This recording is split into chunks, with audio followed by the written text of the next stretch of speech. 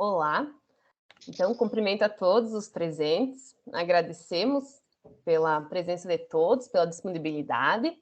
Meu nome é Cristiane Vareta, eu sou discente do mestrado profissional em enfermagem na atenção primária à saúde da Universidade do Estado de Santa Catarina, que está localizada em Chapecó e atende a toda a nossa região. Essa webconferência, ela integra o curso de avaliação e registro de lesão por pressão, que está vinculado e está sendo validado pelos enfermeiros do Hospital Regional Terezinha Gaio Basso, que é uma instituição pública, né? E ela é referência no extremo oeste do nosso estado. E desenvolve também atividades voltadas, né, com o processo de enfermagem. Além disso, esse trabalho faz parte do macroprojeto intitulado Desenvolvimento de Tecnologias para Implantação e Implementação da Assistência de Enfermagem, que é coordenado pela professora Denise Zoc, e a minha orientadora é a professora doutora enfermeira Rosana Mora Ascari e a professora co-orientadora, a professora Sandra. É importante também salientar que esse trabalho está desenvolvido com o fomento do edital Acordo CAPES-COFEN, número 28 de 2020. E no decorrer do nosso encontro, a gente estará disponibilizando o link para aqueles que não são do curso emitirem certificado após. Então, é com muito prazer que eu apresento a professora Silvana Prazeres. Então, ela que realizou a graduação em enfermagem pela Universidade Federal de Santa Catarina, UFSC, pós-graduação em enfermagem e estomaterapia pela Universidade de São Paulo, USP, e mestrado profissional em enfermagem pela Universidade do Vale dos Sinos, Unicinos. Ela desenvolve também atividades de assessoria técnica nas feridas e estomias do estado do Rio Grande do Sul e Santa Catarina. É coordenadora do curso de especialização em estomaterapia da Universidade do Vale dos Sinos, Unicinos, e diretora técnica da Maximed Sul. Realiza também atendimentos em consultórios particular para pacientes com feridas complexas, que é o nosso tema de hoje, em Florianópolis e Porto Alegre, e participa da pesquisa na área de epidermólise bolhosa também. Então, seja bem-vinda, professora, a palavra é sua. Muito obrigada, Cris. Obrigada pelo convite. Obrigada, Sandra, por ter me indicado. Eu sou coordenadora do curso, como a Cris falou, mas a Sandra é coordenadora junto comigo, então o trabalho ele é bem compartilhado entre eu e a Sandra. E obrigada, então, a Rosana, a Denise pelo convite, né, por estarem aqui na sala. E o objetivo, então, é a gente compartilhar um pouco do conhecimento sobre lesão por pressão, né? Eu vou compartilhar minha tela, eu não vou vê-los, né, durante a minha apresentação, então, Cris, se precisar, se tiver alguma questão, alguma colocação, pode me interromper, e aí a gente discute para não deixar passar algum assunto que possa ser dúvida de alguém. Combinado? Então, vamos lá. Vamos compartilhar aqui.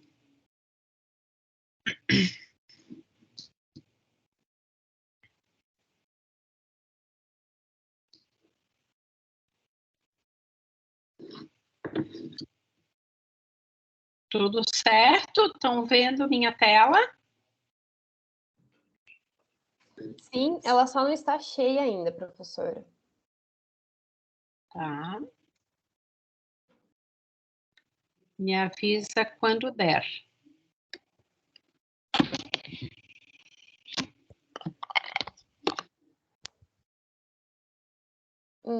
Para mim não carregou, não sei se a professora Rosana... Não, ainda está no modo de apresentação, não está no modo de apresentação tela cheia ainda, está com as laterais ainda. Vamos ver, esperar um pouquinho, que às vezes é pesado até carregar, né? Vamos ver.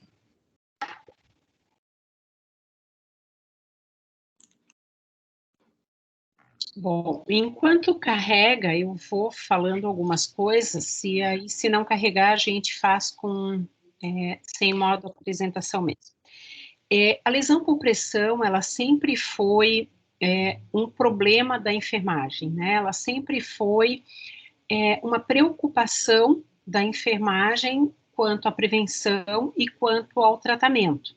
Então, foi um fardo que a gente carregou durante muitos anos e que não era muito discutido, né? Quando formava lesão, todo mundo ficava preocupado, mas, na verdade, o problema da lesão por pressão, a prevenção da lesão por pressão, ele não era discutido. Eu fiz o meu mestrado em 2000, eu terminei o mestrado em 2016, e uma das questões que a gente discutiu no mestrado foi exatamente porque eu já me preocupava com prevenção, eu já falava de prevenção, e parece que a enfermagem não ouvia, né? E depois houve, sim, um boom, que em 2016, porque começaram a sair os primeiros guidelines, e mundialmente começou a se dar muita importância para a lesão por pressão.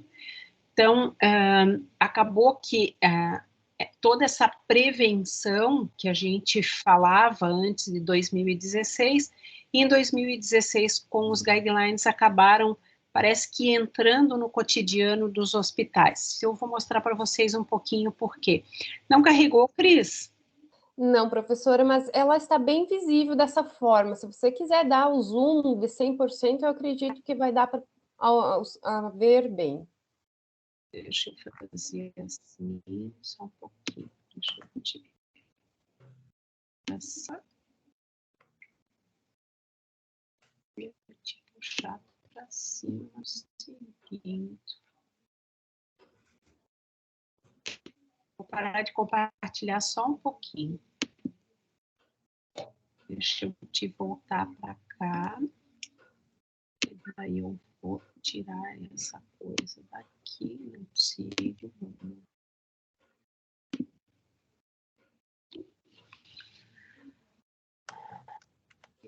fechar as notas aqui, mas eu não estou conseguindo. Não sei, não dá. Consigo fechar mais aqui, Cris. Aqui eu consigo. Acho que ficou bom assim, né? Sim, professora, está bem visível. Então, vamos lá. Só que daí não passa, que bom.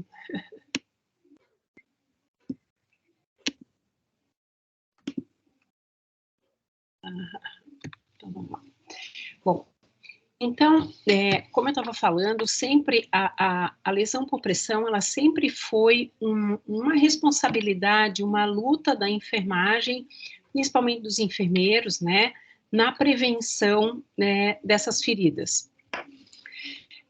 Eu sempre falo que essa luta, essa responsabilidade, ela tem que ter um líder, né? Ela tem que ter uma pessoa, como eu botei ali, né? A Mônica correndo atrás do Cebolinha e do Cascão com um Sansão ali na mão, porque é mais ou menos assim que a gente vê um líder, né? Ele tem que estar sempre chamando atenção. Óbvio que não é para bater na cabeça de ninguém, né? Mas ele tem que estar sempre chamando a atenção para um problema, né? Para que a gente resolva esse problema. Isso fica muito ao encargo dos enfermeiros. Então, normalmente, se a gente vê um enfermeiro muito preocupado com prevenção, ou mesmo alguém da equipe que não seja o enfermeiro, mas tem um líder nesta equipe que é preocupado com lesão por pressão, a equipe acaba seguindo, né? Não é um trabalho fácil, gente. Prevenir lesão por pressão não é fácil, mas é possível. E em 2013,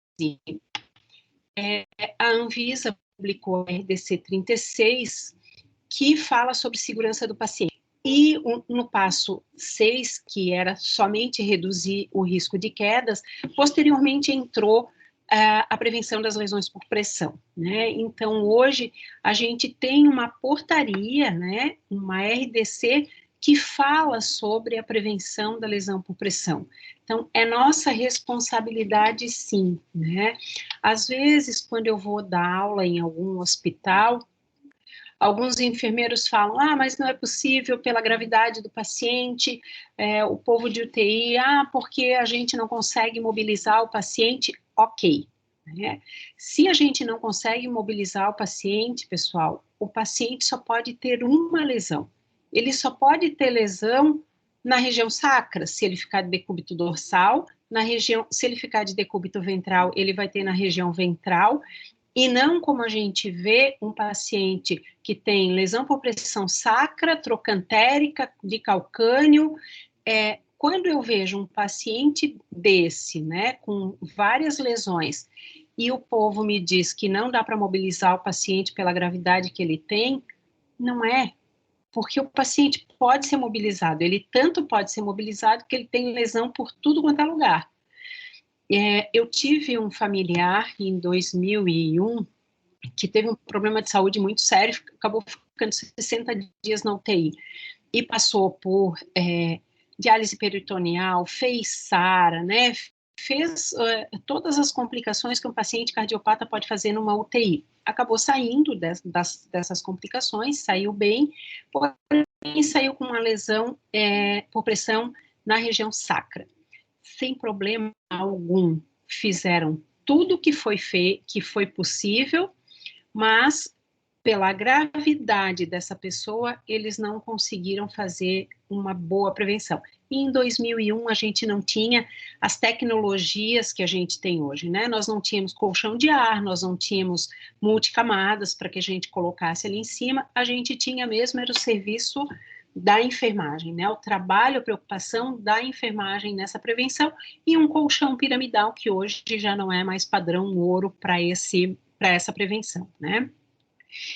Mas olhem só os dados da Anvisa do Rio Grande do Sul de 2018, né? O número de incidentes por tipo de 2014, de março de 2014 a janeiro de 2018, gente. Olha só, queda teve 1.743 notificações e lesão por pressão teve 1.033. Por que queda tem muito mais notificação do que lesão por pressão? Com certeza, todos nós que estamos nessa sala, nós tivemos muito mais lesão por pressão nos nossos pacientes do que queda, né? Eu me lembro, eu acho que 1 ou 2 pacientes que tiveram queda da cama no meu plantão, né? E por que queda é tão notificado e lesão por pressão não é? Por vários motivos, a gente pode citar aqui N, né? Mas, com certeza, a queda chama muito mais atenção. A ideia que se tem é que queda não é comum, mas lesão por pressão né? Que os velhinhos que ficam acamados, os pacientes muito graves em UTI, eles são pacientes que terão lesão por pressão, né? Normalmente, na queda, o paciente tem alguma fratura. Então, ou ele fratura fêmur, ou ele fratura braço, ou ele faz um traumatismo crânioencefálico, e isso precisa de alguma atenção dentro do hospital ou mesmo no domicílio, né? E na lesão por pressão, as pessoas estão habituadas, é velhinho, vai abrir, né? O paciente que fica na cama, o próprio familiar, né? Hoje já mudou um pouco, mas o próprio familiar diz, ele ficou acamado muito tempo, por isso que ele teve ferida, né? Ele está com ferida da cama, né?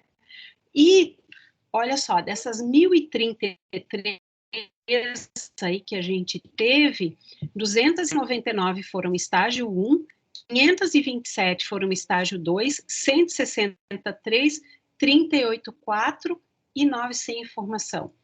Gente, em todo esse período aí, 2014 e 2018, eu tenho certeza absoluta que eu sozinha, enfermeira, vi muito mais do que 38 lesões por pressão estágio 4. Né?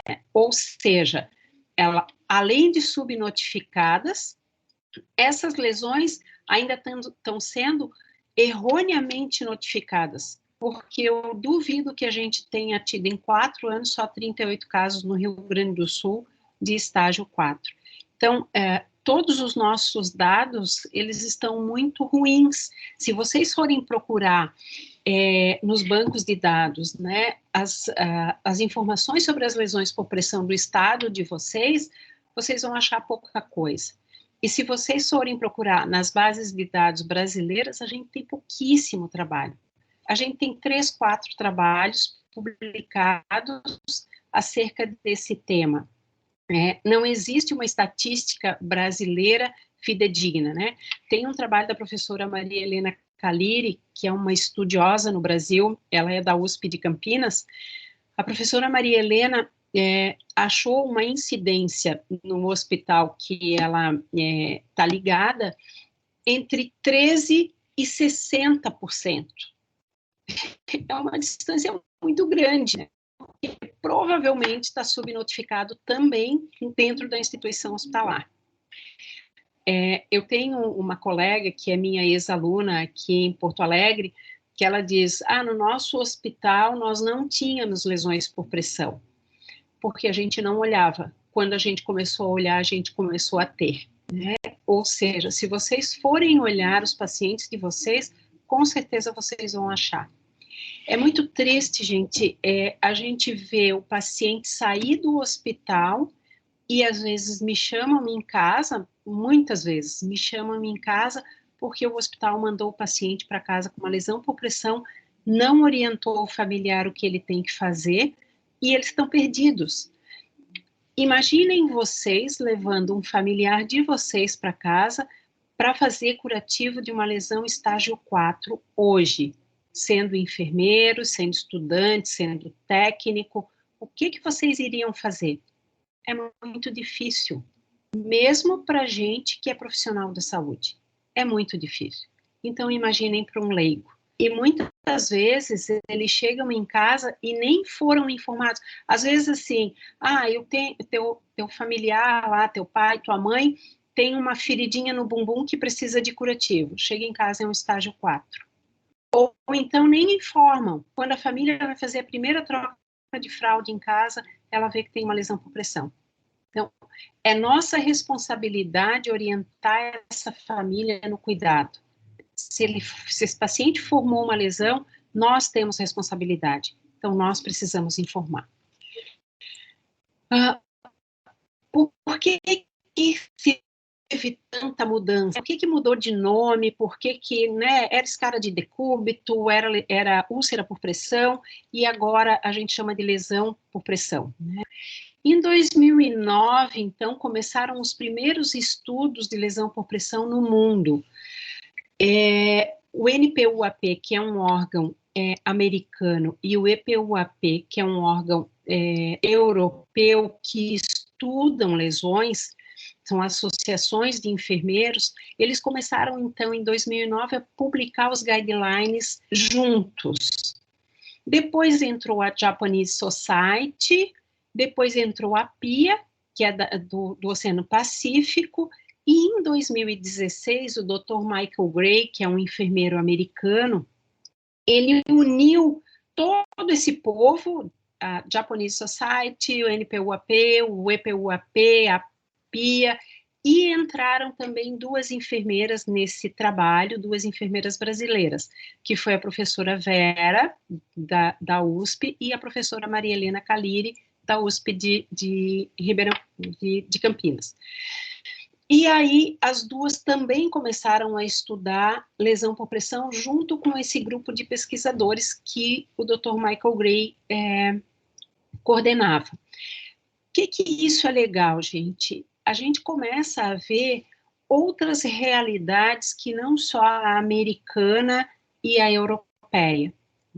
Claro, nos Estados Unidos eles têm uma preocupação e eles têm materiais que são muito importantes para a prevenção, e para nós também seriam, só que lá eles têm processos gigantescos, que nós ainda não temos, né? Mas que servem para nós, obviamente, né? E tem coisas que não servem para nós, porque os nossos pacientes são diferentes.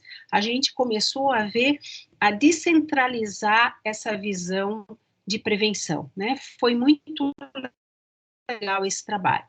E desse trabalho, a gente teve algumas mudanças em relação à nomenclatura e à forma de registrar essas avaliações. Primeiro, era úlcera de pressão, né? A gente teve uma correção pela Academia Brasileira de Letras, por solicitação da SOBEST, que é a Sociedade Brasileira de Estomaterapia, e acabou mudando para úlcera por pressão. E depois, então, se mudou para lesão por pressão, né? Com esse guideline de 2016.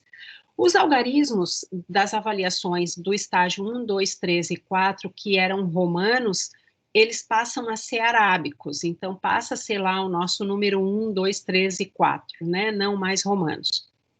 A suspeita de lesão tissular profunda foi retirada, então foi retirada, na verdade, só a suspeita, porque a gente continua com lesão tissular profundo, e foram acrescentadas mais 2 categorias, que é a lesão por pressão relacionada a dispositivo médico e lesão por pressão em membrana mucosa. A gente vai ver todos os estágios daqui a pouquinho. Mudou também o conceito de lesão por pressão, né? Então, hoje, o conceito que a gente utiliza lesão por pressão é um dano localizado na pele, tecidos moles subjacentes, geralmente sobre uma proeminência óssea ou relacionada ao uso de dispositivo médico ou a outro artefato. O que é dispositivo médico, gente? É qualquer objeto que a gente use no paciente. Então, capa de agulha, seringa, os fios, os tubos, os catéteres, as fraldas. Então, o paciente faz lesão por pressão por fralda também, né? Seja no elástico, seja na cobertura dessa fralda que não suporta muita concentração de urina. E aí, as fraldas dá para a gente dar uma aula, né? E em 2013, esse pesquisador Hura, que é um japonês, fez 4 trabalhos em sequência sobre lesão por pressão. E ele começou um dos trabalhos questionando a gente se a nossa falta de conhecimento poderia inconscientemente causar o aparecimento de uma úlcera por pressão ou piorar aquela existente, né? Quem respondeu não a essa pergunta não foi sincero, né? Porque sempre falta alguma coisa para a gente ter uma avaliação e uma assistência 100%, né? Nem que seja um conhecimento sobre a vida do paciente, a vida dessa família. Então, a gente precisa fazer uma assistência realmente completa para o paciente. Imaginem hoje vocês que moram aí nas suas casas, né? De repente, o vô, a avó, o pai ou a mãe fez um AVC em casa, foi para o hospital e voltou com múltiplas sequelas e vai precisar ficar acamado. O que vocês fariam? Na minha casa, eu colocaria esse paciente na sala, né? Porque nos quartos não entra cama, né? Eu provavelmente ia precisar de uma cama hospitalar, não entra cadeira de roda. Eu não tenho chuveiro para essa pessoa acamada tomar banho. Olhem a quantidade de problemas, né? Eu, outro dia, fui num hospital aqui em Porto Alegre para... Uma família me chamou, eu conversei com a direção do hospital e acabei indo fazer uma consulta no hospital.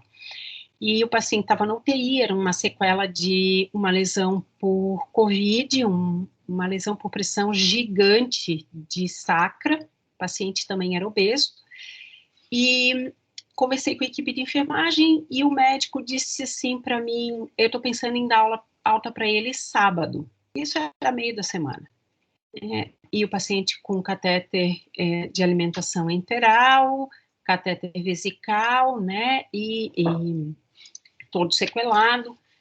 E eu falei, e a família já providenciou alguma coisa? Não comuniquei a família ainda. Eu disse, então vocês não vão dar alta, gente. Essa família precisa preparar essa casa para receber esse paciente. Ela precisa providenciar cama, ela precisa providenciar dieta, ela precisa providenciar curativa, ela precisa providenciar colchão, né? E outras tantas coisas que a gente tem no hospital na mão, mas que essa família não tem em casa, né? demorou duas semanas, gente, para a esposa providenciar tudo. Pra vocês terem ideia, ela teve que mudar de casa. Então, ela teve que alugar uma outra casa, porque onde ela estava não tinha sinal de celular e ela não tinha telefone fixo, eles moravam num sítio, e ela teve que vir mais próximo do centro da cidade, centro não, né, mais próximo da civilização, vamos brincar assim, né, mais próximo para poder acompanhar esse paciente, mas levou 2 semanas para a gente preparar essa alta. Então, imaginem, comecem, gente, a pensar em tudo que vocês já fizeram dentro do hospital e que vocês não privilegiaram essas orientações para esses pacientes.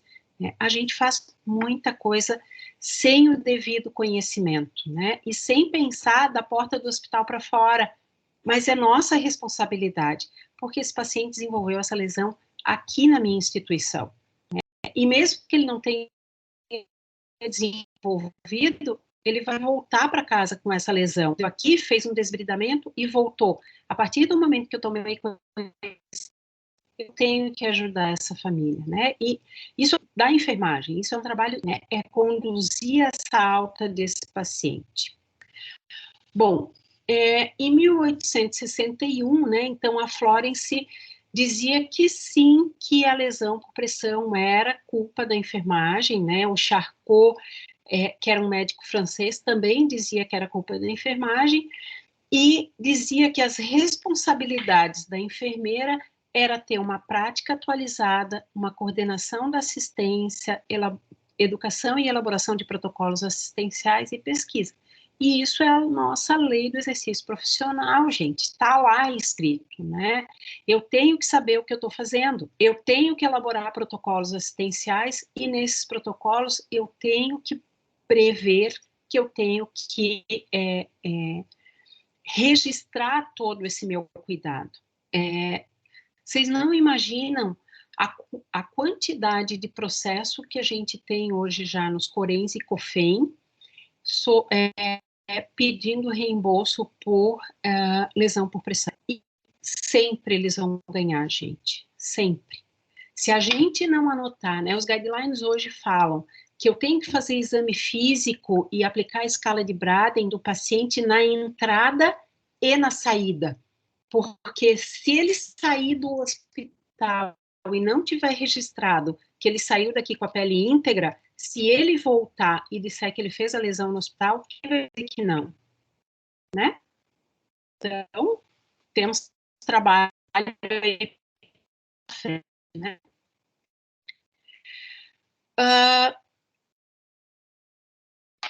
Se a gente pensar nos locais mais frequentes de lesão por pressão, então, sacro, tuberose ciática, principalmente para pacientes cadeirantes, né? Trocânteres calcâneos, maléolos, cotovelos, nariz, uretra e orelha. Se a gente pensar nisso, a região sacra, os trocânteres e os calcâneos, eles respondem por mais de 60% das lesões por pressão formadas nas nossas instituições. Sendo assim, se eu focar minimamente nesses 3 locais, eu vou conseguir uma prevenção gigantesca, né? Eu vou prevenir, imagina se a gente conseguisse prevenir acima de 60% das lesões por pressão que hoje se formam nas nossas instituições. Tá? Dava para ser bem feliz, né? Vamos lá. Então, o que a gente tem de etiologia dessa lesão por pressão? Fatores externos, pressão, fricção, cisalhamento, e que tem acrescentado o microclima. Microclima é um conjunto de umidade e temperatura alta dessa região, então, é a urina que fica ali muito tempo, as fezes que ficam ali muito tempo e acabam aumentando também a temperatura desse local. Pressão todo mundo sabe, fricção também, cisalhamento é um conjunto da fricção e da gravidade que o paciente escorrega quando ele está sentado, principalmente, né?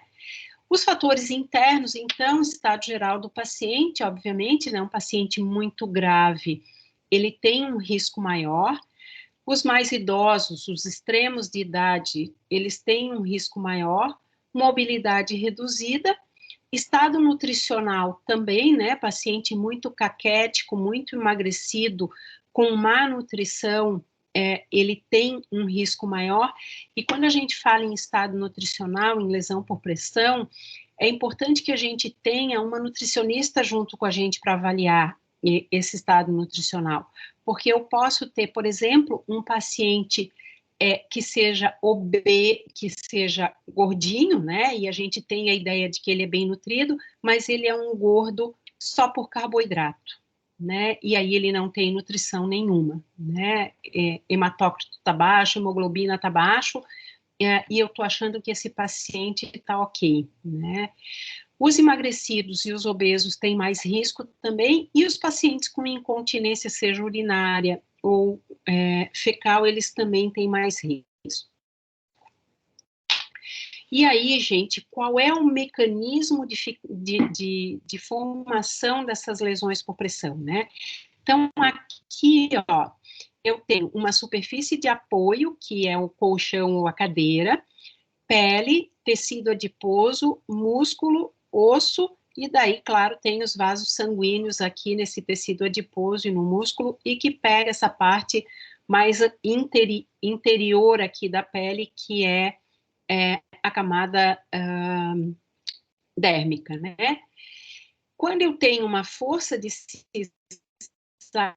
cisalhamento, então eu tenho um atrito entre a pele e essa superfície que está sustentando essa pele, né? E aí a gente tem uma dobra, ó. Esses vasos sanguíneos, eles se dobram e acabam fazendo isquemia desses tecidos.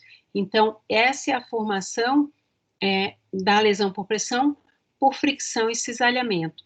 Quando eu tenho uma formação por pressão e cisalhamento, vejam que o cisalhamento hoje, ele está dentro das duas formações, né? Pressão e cisalhamento, fricção e cisalhamento. Então, eu tenho uma superfície de apoio aqui, eu tenho o osso ali em cima e aqui eu tenho partes moles. Então, eu tenho uma tensão de compressão, uma tensão de tração e uma tensão de cisalhamento que deforma toda essa parte mole, que é esse tecido que está aqui no meio. Por isso eu tenho uma deformação e tenho uma pressão. E aí a gente tem a lesão por pressão. Sendo que, olha, as lesões por pressão, elas podem se formar de cima para baixo e de cima para baixo e de fora para dentro, e de baixo para cima e de dentro para fora. Então, eu tenho aqui uma superfície de apoio, aqui eu tenho os tecidos que são envolvidos na lesão por pressão, e eu começo com atrito e cisalhamento, ó. Então, o paciente vai ter atrito e cisalhamento aqui, vai ter deformidade, vai descamar essa pele que está mais aqui em cima, e eu vou formar uma lesão provavelmente por segunda intenção aqui. Junto com isso, ou separado disso, esse paciente tem pressão e cisalhamento, que é a deformação de todos esses tecidos com essa pressão que vem de lá de baixo.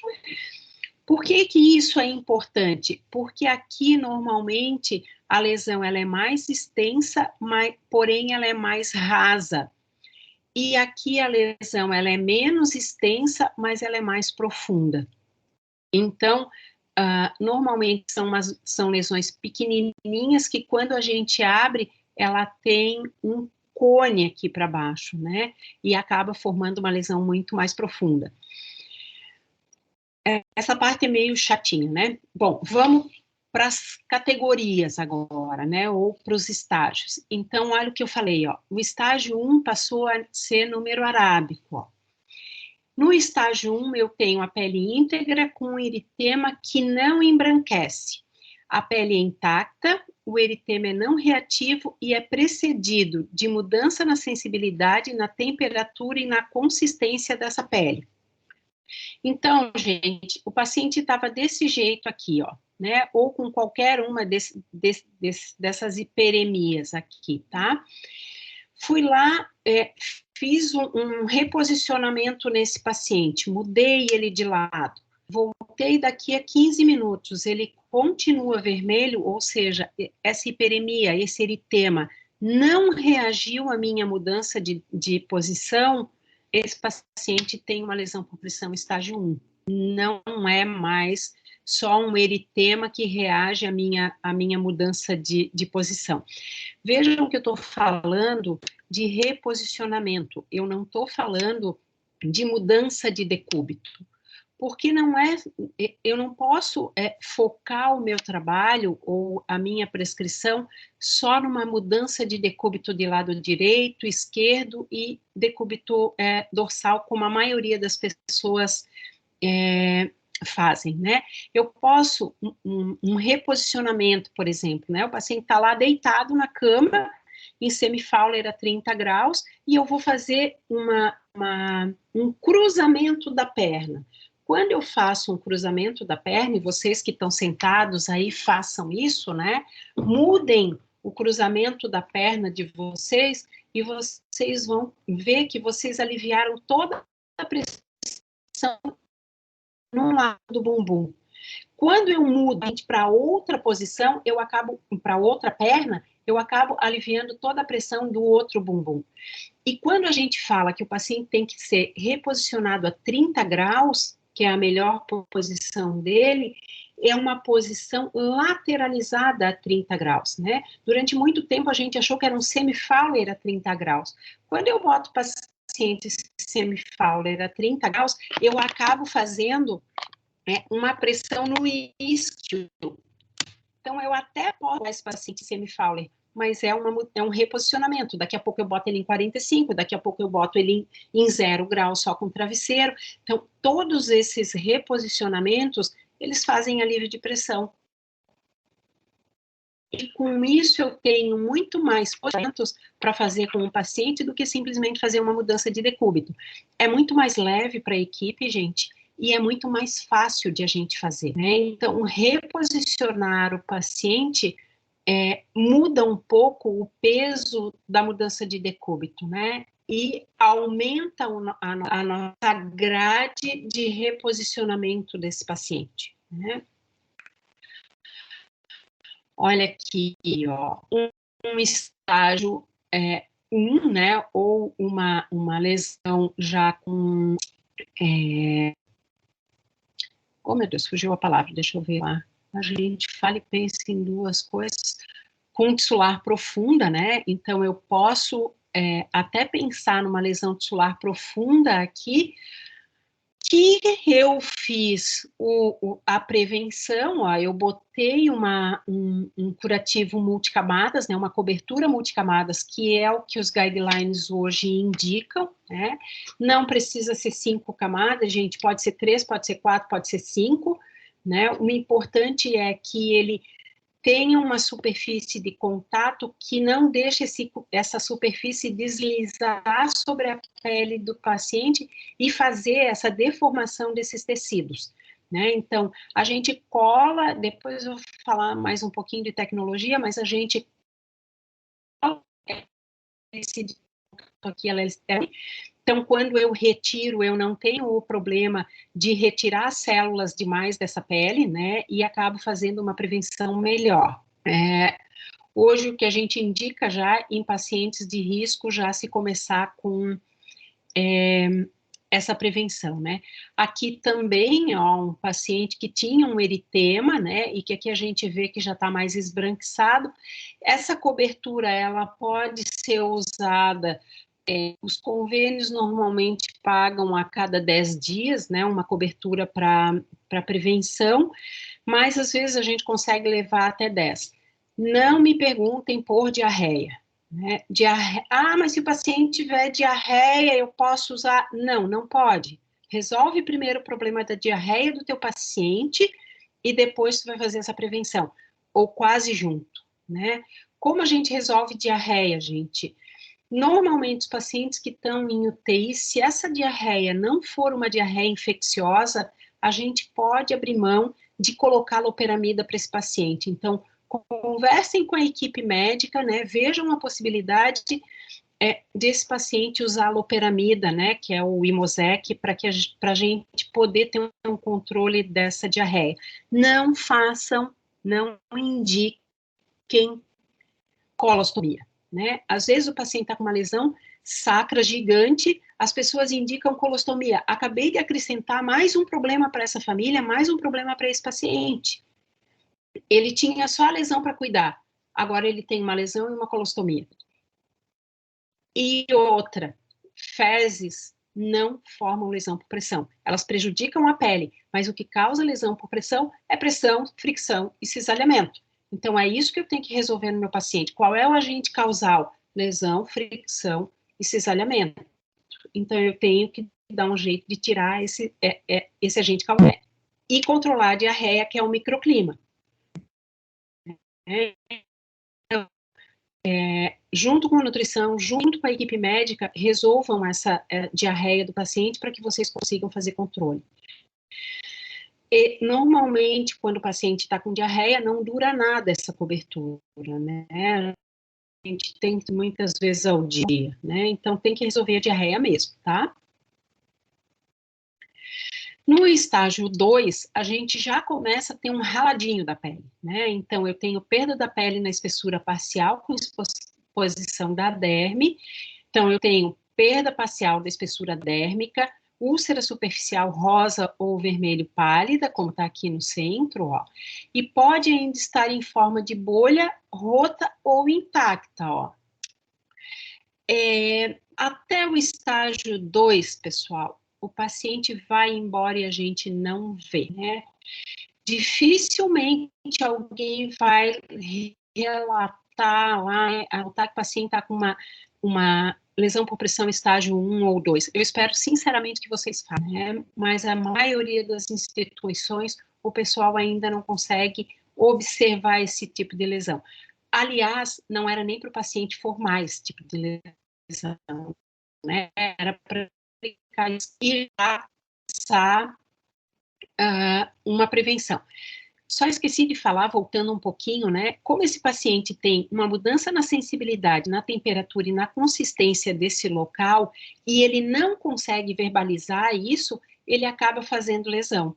Porque se a gente, o que esse paciente sente, né? Ele sente uma dormência, na verdade.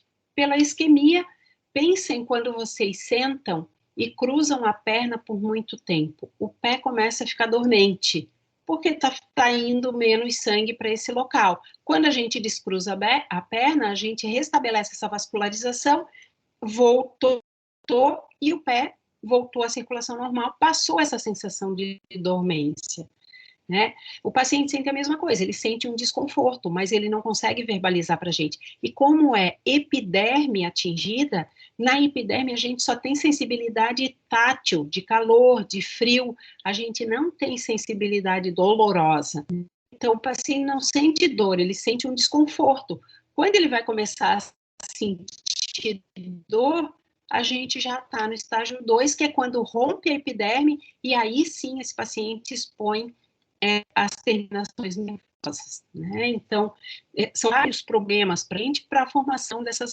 Olha esse paciente, ó, estágio 2, uma bolha, eu desbridei a bolha, e daí por baixo a gente já tinha epiderme restabelecida. Olhem as datas, ó, 22, 30 e 12/8, né?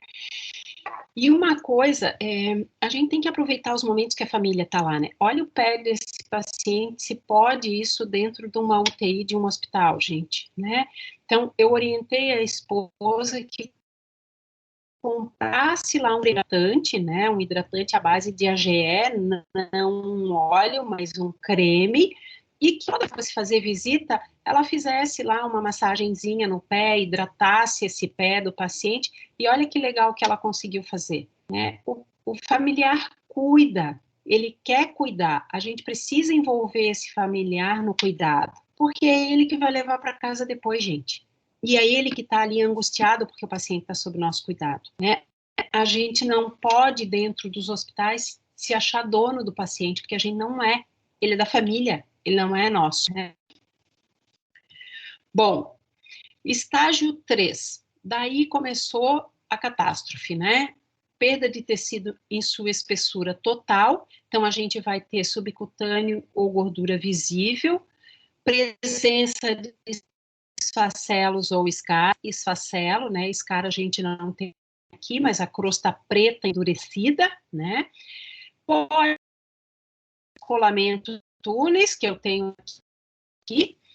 Posso ter tecido de granulação aqui e uma nomenclatura nova aí, que começou em 2016, que é epíbole. Epíbole é essa borda mais grosseira aqui, enrolada para dentro, né? Antes a gente chamava isso de borda enrolada, ela era toda enrolada para dentro. O que é isso, gente? Está cicatrizando de uma forma errada, tem umidade demais, está vindo muito tecido e não está dando conta dessa umidade. Então, eu preciso gerenciar esse microclima nessa ferida. Essa ferida aqui, ó, é uma lesão trocantérica.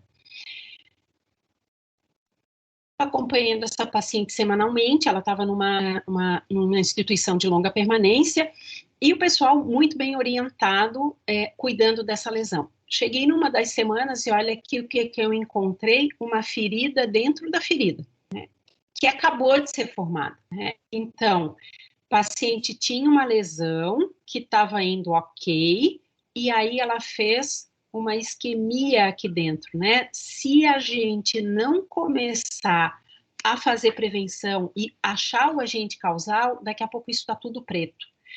Pensem assim, ó. Eu fiz tudo que eu podia, mas não adianta. Eu desbrido, volta, eu desbrido, volta. Tu não tirou o agente causal. Quando a gente tira o agente causal, não volta. Então, só está fazendo uma lesão dentro da lesão porque o agente causal ainda está lá. E o nosso cérebro não entende que já tem uma lesão que não é para fazer outra. Ele faz outra junto. Fomos investigar, e a importância do trabalho em equipe, né? Fomos investigar, a cadeira de banho tinha uma ponta que estava ficando exatamente nesse local. Duas discussões, né, gente? Para que levar um idoso acamado para o chuveiro todos os dias? Isso é uma neurose de enfermagem. Olha o risco que eu tenho de queda desse paciente, dele quebrar qualquer osso por causa de um banho. Então, nas geriatrias que eu faço consultoria, o banho é no verão 3 vezes por semana, segunda, quarta e sexta. Os outros dias é uma boa higiene oral, uma boa higiene de períneo, de bumbum, a cada troca de fralda, né? E no inverno, imagina, hoje de manhã estava 7 graus em Porto Alegre, gente. Chapecó também é bem frio, né? 7 graus vai levar ao idoso risco de pneumonia. Para quê? Então, no inverno, 2 vezes por semana, às vezes uma, porque se está muito frio, não precisa levar esse idoso para o chuveiro. É muito risco. E ele está acamado. Paciente de UTI, gente, ele não saiu nem do leito, ele não pisou nem no chão. E o povo está dando banho todos os dias. Isso dilui um pouco os conflitos dentro da equipe, né? Porque o meu banho, teu banho, tenho 10 banhos, vou dar um banho, ainda não fiz o meu banho, né? Essa conversa toda, e dilui e aumenta a nossa cobrança em relação ao reposicionamento, né? A nossa consciência de que esse paciente tem que ser reposicionado, né? Então eu troco uma coisa por outra, né? Eu estou tirando uma coisa que é muito pesada na enfermagem e que tem um risco muito grande para o paciente, por uma coisa que vai fazer um benefício muito maior para ele e que a equipe vai aderir mais, né? A gente precisa olhar para a boca desses pacientes. Eles estão fazendo pneumonia porque ninguém limpa a boca, gente. Então, aqui eu já tenho exposição de cratera, porém, eu não tenho exposição de órgãos mais profundos, né? Eu não tenho exposição de fáscia, de osso, de ligamento, cartilagem, músculo ou tendão. Continuo tendo epíbole, descolamento de túneis, posso ter esfacelo e escara, então eu tenho uma perda de tecido total, né? Vai lá no osso, né? Aqui a gente vê uma prótese, né? Uma haste de fêmur, com os parafusos ali por uma queda anterior que o paciente teve e que realmente foi lá embaixo, né? Então, essa é a nossa estágio 4. Até aqui eu penso que a gente está bem familiarizado com essa nomenclatura. Eu sugiro para os enfermeiros e as equipes que estão bem envolvidas com esse processo de prevenção, que façam muitos exercícios de avaliação. O que é estágio 1, o que é estágio 2, 3 e 4, né? O que expõe em cada um, para que a gente não tenha conflito na hora de uma avaliação, né? Então, eu coloquei hoje que é estágio 4, amanhã o colega vai colocar que é estágio 3 ou vice-versa, né? A gente precisa ter o mesmo tipo de avaliação, né? O mesmo olhar para esse paciente. Ou então, sempre a mesma pessoa avalia sempre o mesmo paciente, né? Para que a gente não mude essas nomenclaturas aí. Deixa eu botar alguma coisa aqui. Lesão por pressão não classificável, né? Então, antigamente, teve duas mudanças aqui, né? Então, eu tenho a perda do tecido na espessura total e a perda tissular, eu tenho uma extensão do dano que não pode ser confirmada, e a base da úlcera, ela é coberta por necrose, de coagulação, né, ou de liquefação, aqui, ó. Antes de 2016, vocês vão lembrar, quem é mais antiguinho aí, né, que a gente não reclassificava a lesão por pressão não classificável. Hoje a gente reclassifica. Então, quando eu tirar essa crosta, né, essa escara preta que está em cima da minha lesão por pressão não classificável, eu vou reclassificar. Obviamente, né, gente, ela vai ser ou estágio 3 ou estágio 4, né? Pelo tamanho de tecido que eu tenho ali para ser removido, normalmente ela vai ser um estágio 3 ou um estágio 4, tá? É muito confuso eu avaliar uma não classificável e uma lesão por pressão tissular profunda. Qual é a dica que eu dou para vocês? Na lesão tissular profunda, eu consigo intervir, né? Eu vou tirar essa crosta aqui e eu vou ver o que tem embaixo. Aqui, se eu for intervir nesse tecido, vai sangrar muito. Então, eu costumo falar que a lesão por pressão tissular profunda, ela é uma lesão borderline, que se eu fizer prevenção, eu posso diminuir a profundidade e a extensão dessa lesão. Se eu não fizer prevenção, ela vai virar uma tissular profunda. Então, a gente precisa, aqui, intensificar as nossas manobras de prevenção, né? Colocar aqui um multicamadas, né? Elevar esse membro. Hoje, até estava discutindo à tarde com uma colega, porque a gente tem usado o colchão de ar circulante, né? O que é ligado na tomada, lá, os pneumáticos, e o colchão pneumático, ele dá conta do alívio da pressão, né? Então, hoje, teoricamente, quando eu tenho um paciente num colchão que faz toda essa movimentação, eu não preciso colocar coxim para aliviar a pressão, porque eu acabo tirando a ação do colchão, né?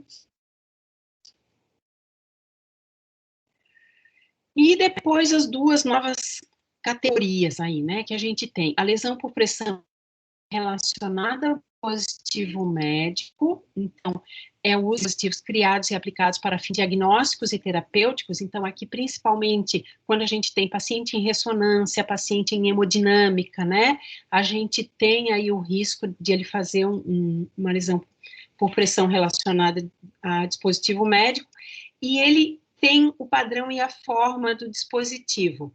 Então, pensem, gente, olha aqui, esse idoso, ele teve toda a parte do frênulo do pênis foi destruída. Tudo bem, ele era um idoso, né, não vai ter vida sexual ativa, tudo bem, vírgula, né, mas ele não vai ter vida sexual ativa. Imaginem agora, no Covid, que a gente teve paciente que ficou muito tempo com catéter vesical, e quando ele saiu, ele teve essa destruição do frênulo. Ele não tem mais vida sexual ativa, ou pelo menos ele não tem mais prazer nessa vida sexual, gente. E isso é responsabilidade nossa, é responsabilidade da enfermagem. Isso aqui é só a forma de fixação. Olha a fixação de um catéter numa mulher, gente. Olha a lesão que fez ali. Isso daqui já é um estágio 2, por dispositivo médico, né? Então, vou associar as duas classificações. É uma lesão por pressão estágio 2 relacionada a dispositivo médico, né? Aqui, ó, eu tenho uma lesão por pressão estágio 3 relacionada a dispositivo médico. Uma criança que, na hora da fixação do tubo, apertaram tanto o cadarço aqui da fixação, que ela fez uma lesão de cartilagem de orelha. Nunca mais vai voltar, a cartilagem não cresce, gente. Não vai voltar nunca mais esse pedacinho de orelha ali que a menina perdeu. Imaginem daqui a 20 anos ela casando e lembrando da gente porque ela não tem um pedaço da orelha, né? Ou ela tem um bebê lembrando. Oi, querida. Oi, tudo bem? Tu sabe que agora a gente está fazendo tipo uma tiarinha que seguramos naquela parte, passamos o cadarço de uma orelha a outra para levantar. Ficou bem melhor. Ficou bem melhor. E agora a gente tem também assim, né, Cris? A gente não tem outro dispositivo para fixação, né? O Brasil, a gente é muito ruim no Brasil em fixação de tubo orotraqueal, né? Agora a gente está começando a ter aí os primeiros laboratórios que estão investindo nesses dispositivos e vindo para o Brasil, né? Tanto para adulto quanto para bebê, para criança e para recém-nascido, né? Então, mas isso é um cuidado que a gente precisa, né? Eu sei que muitos usam já, como é que vocês chamam isso? Tem um nome aí que vocês dão, capacete? Parece que é, alguma coisa assim. Enfim. Mas é preocupação nossa, né, Cris? E na lesão membrana mucosa, a gente não classifica, porque a estrutura é uma mucosa, né? Então, por exemplo, aqui ela é relacionada a dispositivo médio em membrana mucosa, e aqui também, ó. Gente, pênis de paciente, eu não sei como é que vocês estão aí, né? Mas eu tenho ido em muita instituição de longa permanência, e mesmo nos hospitais, né? A troca de fralda é um problema. O pessoal usa 2 fraldas. A tal da cabana que fazem, né? Que pega uma fralda, faz um furo no meio e introduz o pênis do paciente por essa fralda, faz uma cabana mesmo, né? Com o edema, essa glande acaba entrando na membrana do pênis. Quando a gente tira, gente, olha, eu já tive paciente que quando eu tirei deu vontade de chorar, porque o paciente está com candidíase na glande e no pênis, porque o pessoal não limpa, né? Expor glande sempre, mesmo que o paciente tenha edema de pênis, né? E cabana nunca, 2 fraldas nunca. Imaginem a gente com 2 fraldas no meio das pernas, gente. Que coisa mais confortável. E para que se a fralda é... Ao invés de usar 2, procure uma fralda de uma qualidade melhor, né? Hoje a gente tem fraldas aí no mercado, que obviamente são mais caras, mas que aguentam, absorvem muito mais o xixi. Quando vocês tiveram filhos, aí a meninada que tem filho, vocês não usavam qualquer fralda nos filhos de vocês usavam aquela que absorvia, que tinha mais gel. No Hospital de São Paulo fez um estudo de fralda, eles usam uma fralda importada que é super boa, e eles, porque eles são ricos. Não, porque eles fizeram um estudo de custo, e ao invés deles trocarem fralda 8 vezes por dia, eles passaram a trocar 4. Porque eles usam uma fralda melhor. A enfermagem gasta, né, e a gente não tem, ninguém formou a gente na faculdade para fazer estudo de custo-efetividade, a gente teve que aprender sozinho, né? E quem fala que fralda que eu vou usar é o povo lá do compras, que compra fralda. Eu trabalhei numa instituição aqui em Porto Alegre. Eu sou de Florianópolis, gente. Trabalhei 17 anos lá, depois casei e vim para cá e moro há 20 anos aqui, tá? Não vou falar porque eu sou enfermeira. E eu sei que eu fui trabalhar numa instituição aqui, a gente usava uma fralda bem boa, e o Compras resolveu comprar outra fralda, né? O comprador lá, que fica lá no Compras. E a fralda era horrível, a gente puxava, a fralda vinha junto. Cada vez que a gente ia trocar o paciente, a gente tinha que usar 3, 4 fraldas, porque rebentava. E daí eu liguei lá para a pessoa que comprou e disse, olha, a fralda que vocês estão comprando é muito ruim. Ela estraga quando a gente vai colocar no paciente. Para variar, né, gente, a resposta que eu escutei, e sempre escutei isso na minha vida, só tu que está reclamando. Eu digo, não é possível. Não é possível que ninguém tenha visto que essa fralda é ruim. Todo mundo tinha visto que a fralda era ruim. Eu fiz quase que um abaixo-assinado, porque eu fiz um memorando e passei até o 4º andar, perguntando se a fralda era ruim e pedindo para o pessoal assinar comigo. E daí voltou a fralda antiga. Por que que ninguém reclamou, gente? Porque a gente não tem o hábito de reclamar de material ruim que a gente recebe. O hospital é pobre. Se é pobre, tem que comprar material bom, porque daí não vai ter desperdício. O hospital não tem dinheiro, tem que comprar material bom, vai comprar meio de compras, não sabe o que a gente usa. Eles não têm ideia do nosso trabalho. Em Florianópolis, eu trabalhava no Hospital Regional de São José, na Secretaria de Saúde. E a gente fez um trabalho, tinha muita reclamação da lavanderia, da enfermagem e da enfermagem da lavanderia. E a gente fez um trabalho o pessoal da enfermagem descia um período para ficar na lavanderia, conhecer o trabalho da lavanderia, e o pessoal da lavanderia subia para ficar um período com o pessoal da enfermagem para ver por que o pessoal da enfermagem trocava tanta roupa. E aí todo mundo entendeu o trabalho do outro, né? Então, talvez a gente precise chamar o Compras para ver o que a gente está fazendo. Trocar fralda muitas vezes ao dia é muito desgastante, é muito caro, porque o meu trabalho é muito caro. Né? Então, eu falo demais às vezes, mas só para vocês verem tudo que envolve o trabalho da enfermagem, a gente é muito importante. Né? O nosso trabalho move o hospital. Professora Silvana, só para lhe informar, nós estamos com 1 hora de apresentação, tá? Mais uns 15 minutos eu acabo. Ok, obrigada. Pode ser? Sim. Isso aqui, gente, é bem novo, foi discutido durante a pandemia, tá? Porque durante a pandemia a gente teve lesões que foram chamadas de lesão por pressão, mas que na verdade não eram, né? Eram uma falência aguda da pele, porque a COVID, ela é uma doença que tem apresentação respiratória, mas ela é uma doença vascular, né? E ela traz essa falência da pele pela dificuldade de circulação na derme e na epiderme, né?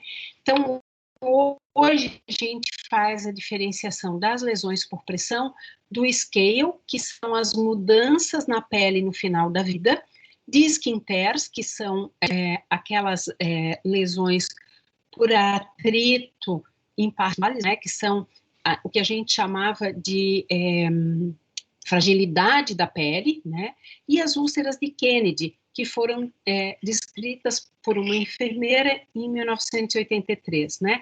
Todas essas lesões, elas estão associadas inclusive a lesão por pressão, né, ventilação mecânica prolongada acima de 72 horas, falência múltipla de órgãos em 2 ou mais, doença arterial periférica, sepsis ou choque séptico. Então, isso aqui também é o quadro do COVID, né, gente? E quando eu comecei a tratar as lesões por COVID, eu comecei a observar que elas eram de uma forma diferente, né? Vocês podem ver, ó, ela tem toda uma necrose, ela tem uma extensão muito grande, mas ela tem toda uma necrose que começa por cima, começa lá embaixo no osso, ó. Tanto que quando foi feito o desbridamento, não foi no osso, né? Diferente de uma opção por cisalhamento e pressão, que começa lá no osso, né? E também não era por atrito, pela quantidade de necrose que eu tinha, também não era por atrito e cisalhamento, né? Mas sim por uma falência da pele. Olha a gordura exposta aqui, né? Mas elas melhoram também, né? Começou a melhorar. E aí, gente, aquele japa lá, ele fala que se eu focar nesses 4 itens, né, reposicionamento do paciente, as transferências dos pacientes, da cama para a maca, da maca para a cadeira, enfim, posicionamento na mesa cirúrgica e a troca de fralda, se eu focar nesses 4 cuidados, eu vou ter uma redução bastante grande das lesões por pressão nos nossos hospitais, né? E aí ele fala também os sinais que aparecem nas lesões por pressão entre 2 e 10 dias, vermelhidão, bolhas, mudança de coloração para preta ou marrom. E entre 10 e 40 dias, eu vou ter destruição celular, cratera, osso, músculo e tendão exposto. O que acontece, gente? O paciente apresenta isso aqui, ele internou por uma pneumonia, um acamado. Ele ficou 10 dias lá com a gente, ele começou a apresentar isso aqui. Foi embora sem nenhuma orientação nossa. E em casa ele fez isso aqui. De quem é essa lesão? Ela é nossa. Porque a gente não orientou que estava desse jeito, que a família precisava fazer prevenção, né? E aí ele volta desse jeito.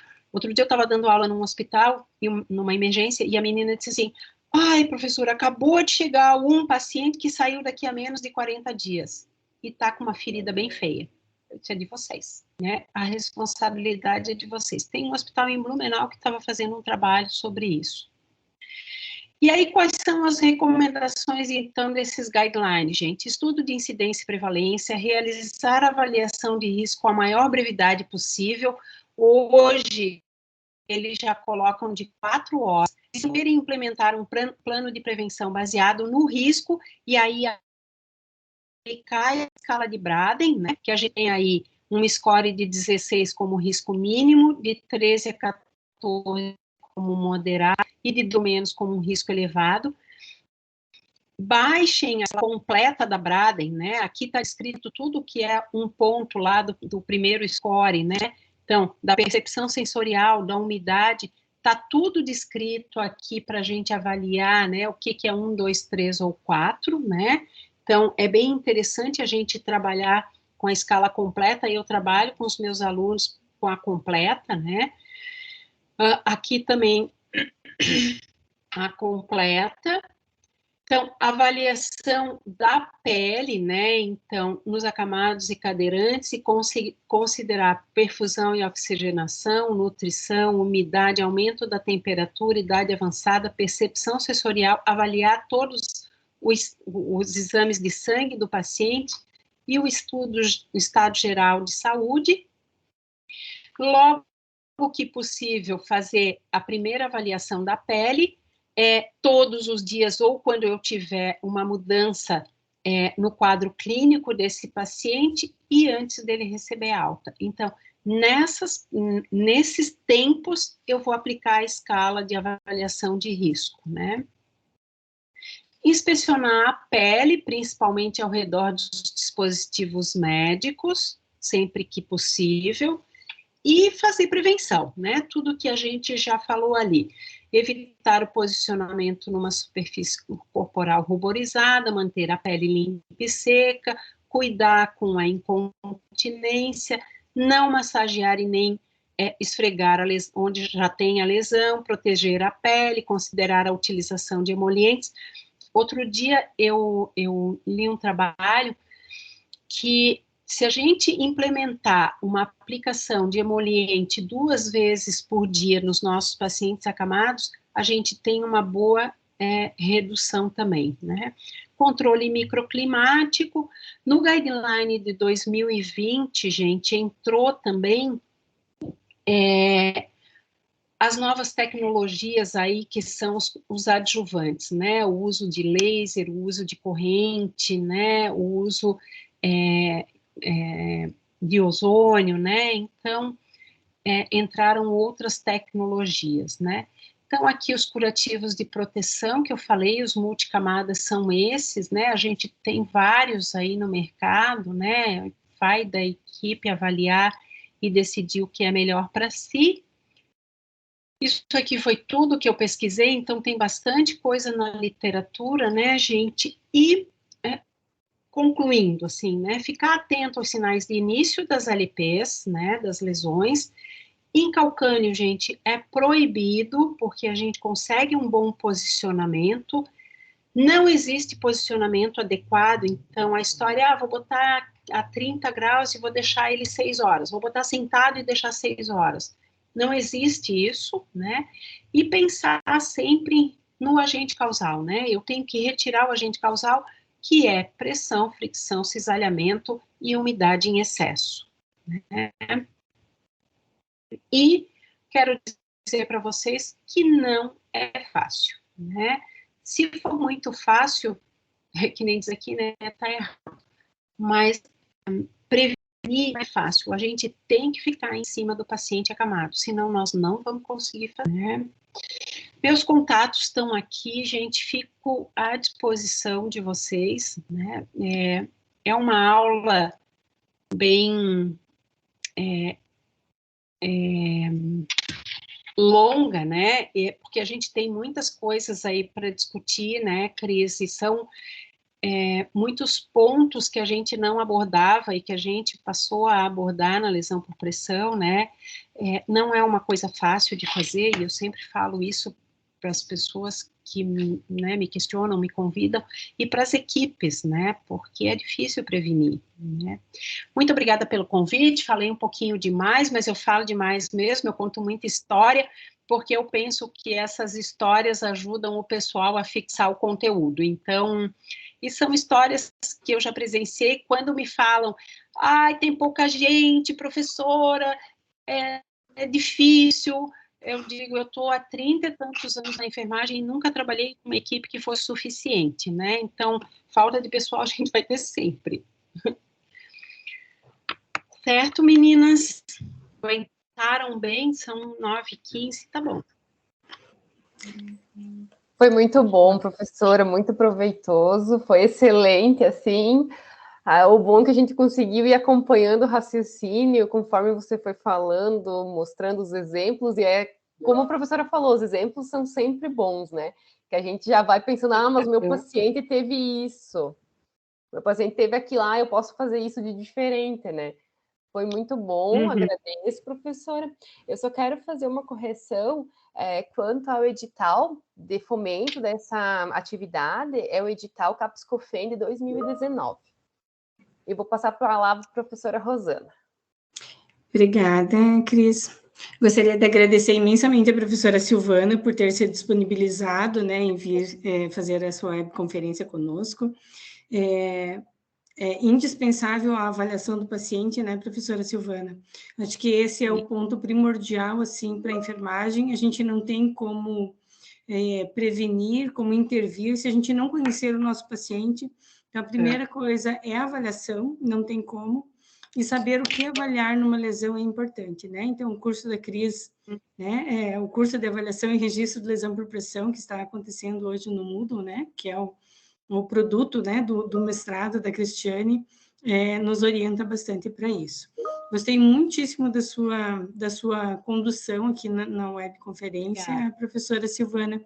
Gostaria de agradecer mais uma vez, então, a sua disponibilidade, né, em vir socializar os seus conhecimentos conosco. Agradeço os participantes também, né, que estiveram firmes aqui conosco durante esse período, né, e abrimos para discussões. Se tiverem questionamentos, fiquem à vontade.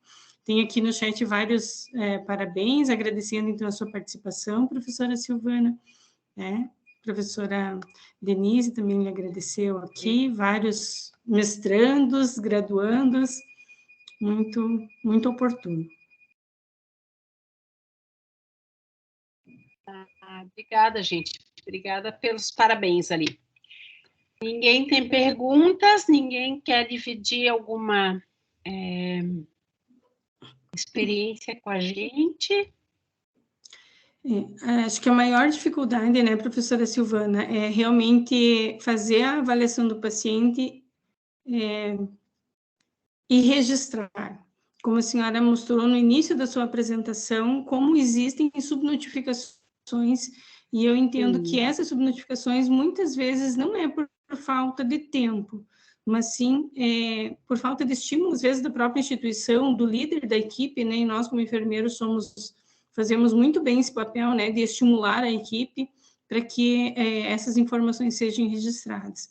Então, muitas vezes não estão registradas nem no prontuário do paciente, e aí na busca ativa, mesmo nos prontuários, a gente não consegue identificar, né? Porque as lesões não foram descritas muitas vezes nem no prontuário, quanto mais no serviço de notificação do hospital, né?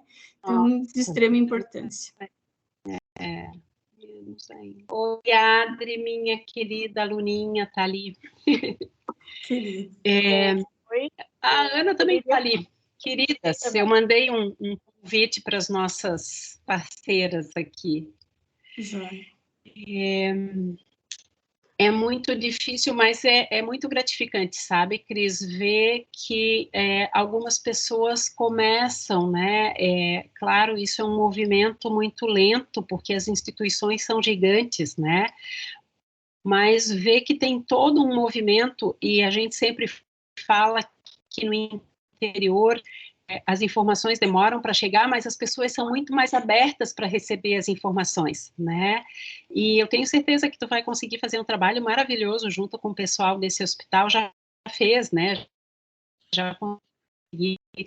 Mas, como a professora Rosana fala, essa conscientização, ela é muito importante.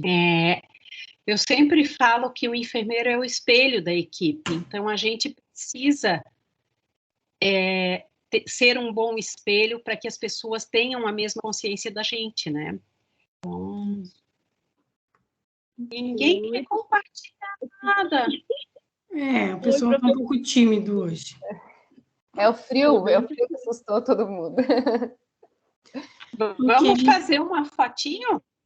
Sim. Acho que as pessoas poderiam abrir a câmera, né? E daí a gente faz uma fotinho. Ótimo. Silvana, eu acho bem importante, assim, também esse trabalho que vai se disseminando, eu acho que muito a partir dos exemplos e da experiência, assim, como a tua, né? Como a tua trajetória, assim, porque a gente sabe que você é referência, né, nessa temática, enfim, e serve de inspiração também, né? Eu acho que quando a gente pensa no teu nome, no convite, é uma fonte de inspiração também. E independente do quanto longe a gente está, né, dos grandes centros, ou talvez centros de estudo, também investigação, ou como a Unicinos, que tem o curso, né, que já formou tantos enfermeiros, eu acho importante que no mestrado profissional, assim, com o trabalho da Cris, né, como outros também que tem aí pelo Brasil, que os enfermeiros se unam e continuem, né, nessa divulgação. Eu acho importante, assim, nas redes, nos grupos, nas associações, né, pela própria BEM também, pelo Corém, que a gente dissemine essa informação, né. Acho que o registro é um problema para a enfermagem brasileira, né, essa cultura do registro, e não só ficar do lado aqueles que fazem investigação, aqueles que fazem estudo, aqueles que participam de pesquisas, né. Mas eu acho importante, assim, que, com certeza, a Cris, assim como os colegas e quem está nos assistindo, vão também levar isso e saber, lá em Santa Catarina, na região tal, tem uma enfermeira, né, que desenvolveu esse trabalho e que tem como referência a Silvana também, né? Então, acho que isso fortalece a profissão. E é importante que não fique só no teórico, né? Ou fique só no produto, que isso gere outros produtos, né? É importante. Agradecer aí a tua participação. Obrigada. Agradeço, Denise. Saudade de ti. Bom, eu vou passar, então, eu gostaria de agradecer, então, os participantes. Fez a fotinha nossa aí, Cris. Está fechado o microfone, Cris. Agora eu vou fazer um print da tela, então. Todo mundo sorrindo.